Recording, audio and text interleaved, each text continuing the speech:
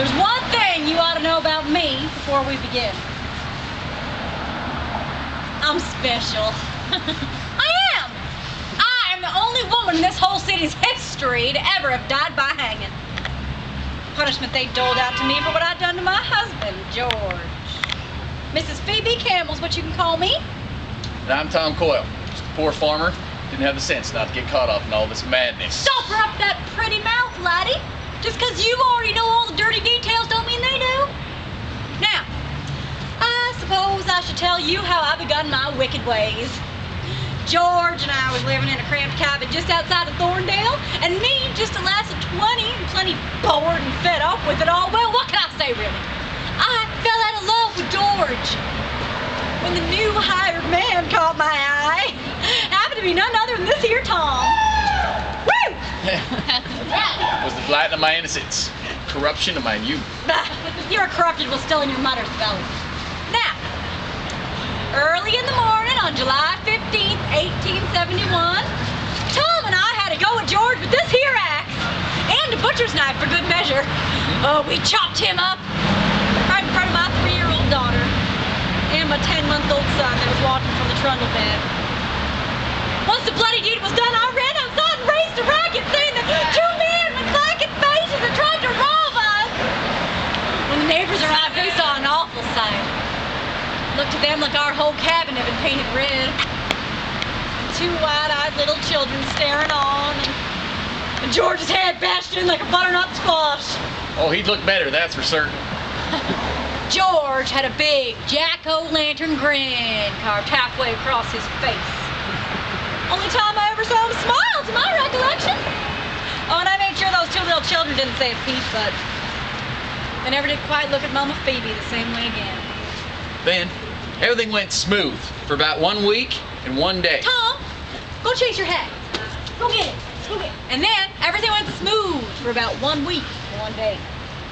Weren't too long before my account of the 2 black-faced robbers came under suspicion. I was just so excited to be courting Tom that, well, I guess the morning for George was a little on the half-hearted side. You're quite a charmer, in spite of it all. Oh, and I guess I put my widow's weeds back in the wardrobe a little too soon. Oh, and how was it that I was so calm and cheerful at the funeral? Woo! Tom! Oh, don't worry, though. I had enough sense to save my own skin once them fingers started pointing my way. I wouldn't accuse everybody under the sun. Even my own dear Tom. Something I did in haste, which I know I will never forgive myself for. 'Twas a wicked thing. While I was locked up in that jail cell, I even wrote Tom a letter, even though I knew he couldn't read 1 word.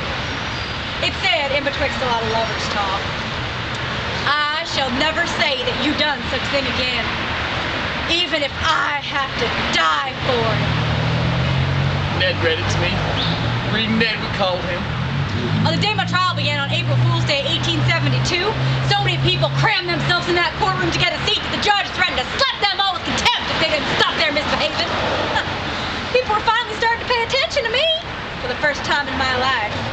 Oh, while I was waiting for them to plunk me back into the docks, I dabbed at my eyes with this coarse linen hanky so it was good and red. I didn't feel no natural sorrow, you see. Oh, and I even told the judge that George's ghost had visited me during the night and declared me as innocent as a newborn babe. But then the judge asked me if I'd asked the ghost who did kill George. Well, I just said, what? I hadn't thought to ask him that. Sometimes the bogey's in a hurry. Oh, when that gavel came down against me, I was right upset. I told that judge what he could do with his verdict and where he could roll it up and store it, too. And then I told him that I sure enough did kill George and that I didn't need no trial to tell me that. Whereupon I had the unexpected fortune of an early acquittal and I buggered off to England. Couldn't quite bring myself to go to Phoebe's hanging, loved her though it did. The newspapers said I went to my death with no emotion at all, and that I held my lace hanky in my hand for 1 full minute after they sprung me out of that hatch. Good golly, it made me mad to do such a thing to a lady. There, it's over now. Well, right around this time of year when the leaves are turning orange and amber and everything's getting dark and dreary, it's easier for those of us who are already a maggot's bag lunch to speak to you. The ones on the sunny side of the soil. So I will be your chaperoness and the rest of this lost soul stroll. And although I'll admit I was a right bad birdie during my time here on earth, I promise to do my gospel's best to keep you safe and sound and out of the talons of the beasties and the bugaboos lurking out there. I can still swing an axe with the best of them. And I'm kicking their guts in my boots. Yeah, them's good boots.